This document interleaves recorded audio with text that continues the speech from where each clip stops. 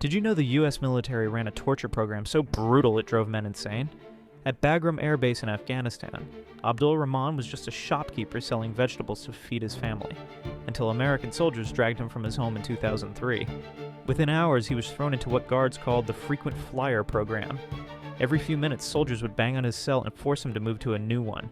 No sleep, no rest, for weeks. Female interrogators stripped him naked, mocking his faith in manhood. They brought in snarling dogs, knowing his terror of them. Strobe lights flashed day and night, while heavy metal music blasted at deafening volumes. The temperature swung from freezing cold to blazing heat every few hours. 2 detainees died from these techniques. Their deaths were covered up for years. Rahman survived, but never recovered his sanity. The program was later exposed, but most perpetrators faced no consequences. Psychological warfare had become systematic torture.